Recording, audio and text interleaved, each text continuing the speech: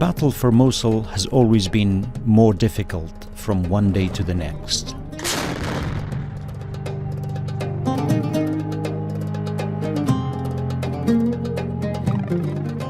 The Kurdish Peshmerga fought their way towards Mosul, one village at a time. 1,600 of them lost their lives fighting this extremist group. For Iraqi troops, it was a house-to-house battle. It was a vicious, bloody, and destructive war.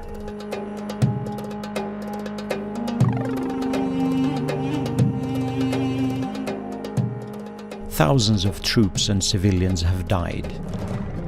Many homes, churches, mosques, and markets have been destroyed.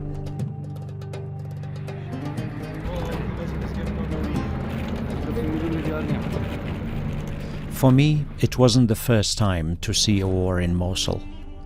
I've been covering and visiting this city on and off for almost 15 years. And each time I have found it more dangerous and scarier than the last. I first went to Mosul in April of 2003. Saddam Hussein's regime had just been toppled by the Americans. There was an eerie silence everywhere. The streets were deserted. Many stayed indoors. Others had fled for safety. One place that was crowded was Saddam Hussein's palace. People had come to see its gardens and swimming pools. They were curious to see the palace of the man who had ruled them with an iron fist.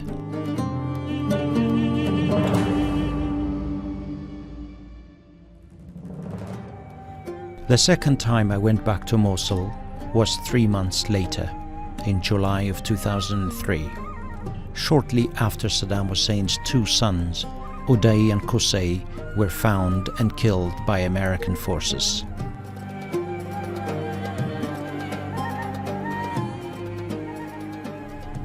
Across from the destroyed house, where the dictator's two sons had been hiding, there was an angry crowd, chanting slogans in praise of Saddam Hussein and pledging revenge. Less than a year after the US invasion, Mosul became a hotbed for former Ba'athists and Islamist insurgents. American soldiers were under constant attack. Government employees, police officers, and army recruits were assassinated.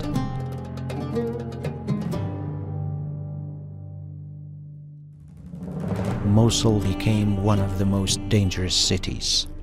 The Iraqi army did not have any control, the police were powerless, and the government was symbolic. Even years before the arrival of ISIS, soldiers patrolled the city as if it were a battlefield. They went from one part of town to another in full gear, body armor, and very nervous. In control were Ansar al-Sunnah and other insurgent groups. They strengthened their foothold in the city and purged anyone that stood in their way. Some of these soldiers told me they were stationed in Mosul during those years. They were the target of car bombs and hit-and-run attacks day and night.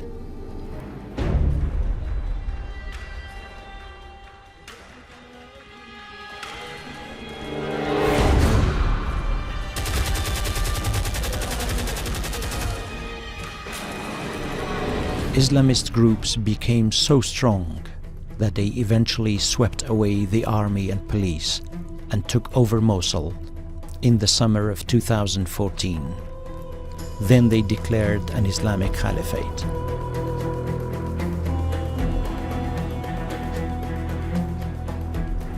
Radical groups were always in control of Mosul, but it was after the ISIS occupation that the world came to realize the threat that Mosul posed to Iraq, the region, and the whole world as a base for terrorists.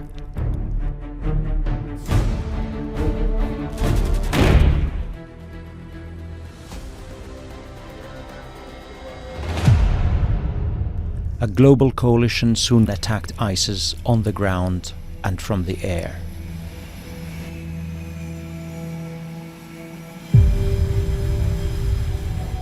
When I joined them as a reporter to cover their operations, I realized I had been standing exactly at some of these spots years earlier, writing about a different offensive against Mosul.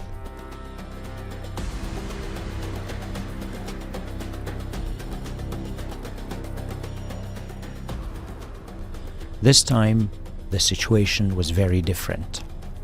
ISIS was more powerful than any other group that had previously taken Mosul, including even the Al-Qaeda.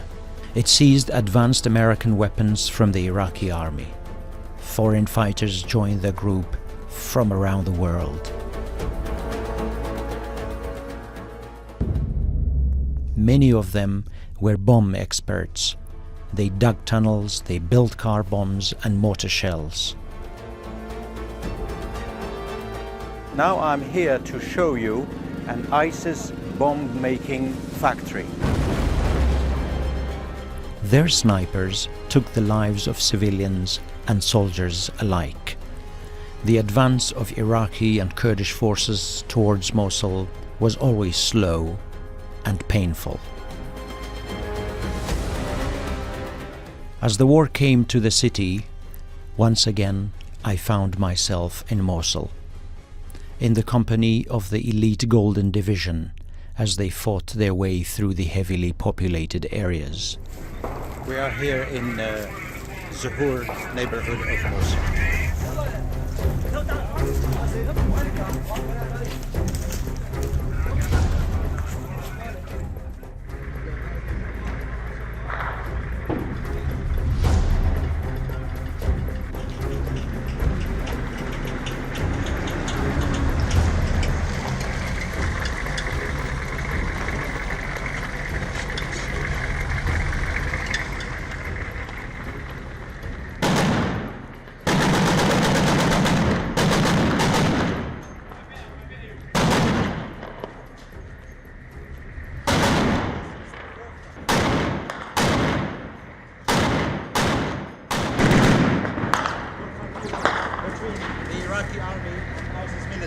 City of Mosul.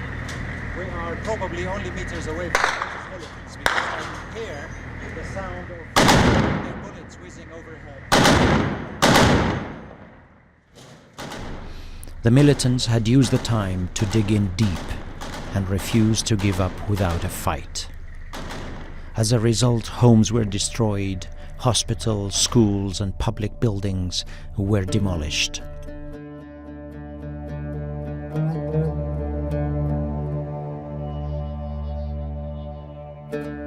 The city is now scarred beyond recognition. The ancient capital of Nineveh is damaged for good. Tens of thousands of people were forced to flee.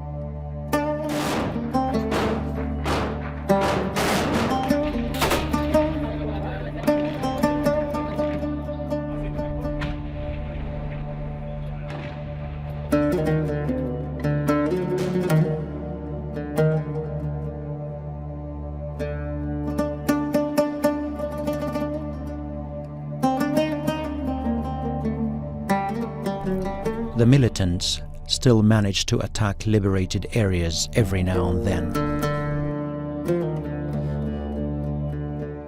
Fear and uncertainty still remains. Yet despite all the blood, tragedy and heartbreak, some still remain optimistic. They hope they can start over again. And they know that rebuilding trust between people and the government is the first step.